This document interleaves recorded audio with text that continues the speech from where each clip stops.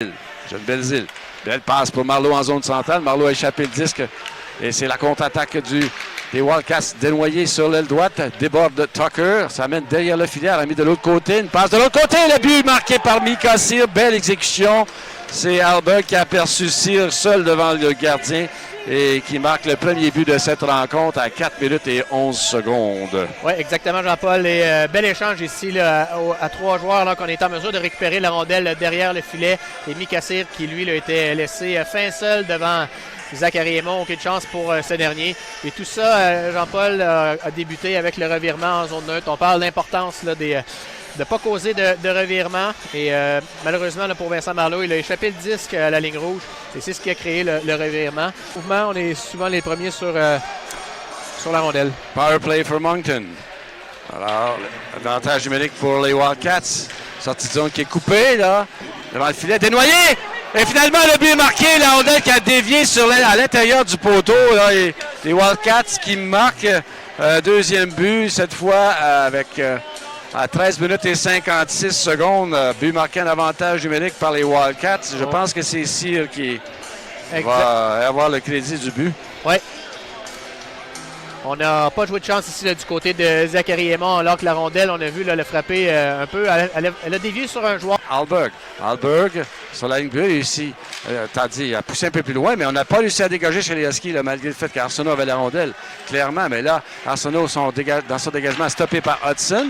Là, Hudson à la rondelle et réussit à s'amener au sein des mises en jeu, presque devant le filet. Tire à bout portant et le but marqué par Zachary Lheureux sur le retour devant Aymon. C'est 3-0. C'est la pause. On revient après la pause pour vous confirmer le tout. Mika Cyr devant Vincent Marleau pour la mise au jeu, gagné par les Wildcats. On installe l'attaque. Avant neuf du côté droit, au sein des mises en jeu à la gauche du gardien. Le Spence tire, bloqué par Aymon. Et là, le but marqué par Cyr, son tour du chapeau. Oui. Donc, encore une fois, un quatrième but et un quatrième but qui est marqué très, très près du gardien. Tu me faisais la remarque, Jean-Paul, dans l'intermission. Alors, j'ai finalement décidé d'aller à Moncton. 4, Mika Cyr avec le numéro 21, Jordan Spence, ainsi que du numéro 31, là, Alexander Kobanov, à 9 aussi. minutes et 15 secondes. On a manqué notre couverture complètement. Et c'est le 25 qui a marqué, je crois. Oui, c'est Sean Stewart. Oui, Jacob Squires là, qui se devait d'aller récupérer la rondelle. Et Aymon qui est laissé à lui seul là, ce soir. Alors, est-ce qu'on va voir un changement de gardien? Ils sont 3-3, là, alors que ouais. il y en a un là, qui a été marqué avec... on installe l'attaque. C'est Huntley qui lance, c'est à dévie et c'est dans le fond du filet. Exactement. Ils sont un peu chanceux, par exemple, là, les Wildcats. Ils sont opportunistes. Là. Oui, opportunistes. Opportunistes. On a habilement fait dévier la rondelle directement dans l'enclave. C'est le numéro 92. Alors, je vous rappelle l'émission d'après-match. Ce soir, tout appelé match, comme d'habitude.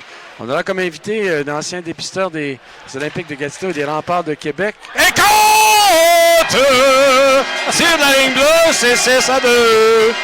Alors, Justin Bergeron qui a pris un tir de la ligne bleue. Je ne sais pas sur qui elle a dévié. Ah, elle a dévié sur le bâton de Jacob Pelletier. On vient de voir sa réaction. Et on a vu aussi la réaction de Justin Bergeron qui se cachait un peu le visage, là, sachant que c'était un but chanceux. Mais tout de même, des buts déviés, les Wildcats en ont eu eux aussi ce soir.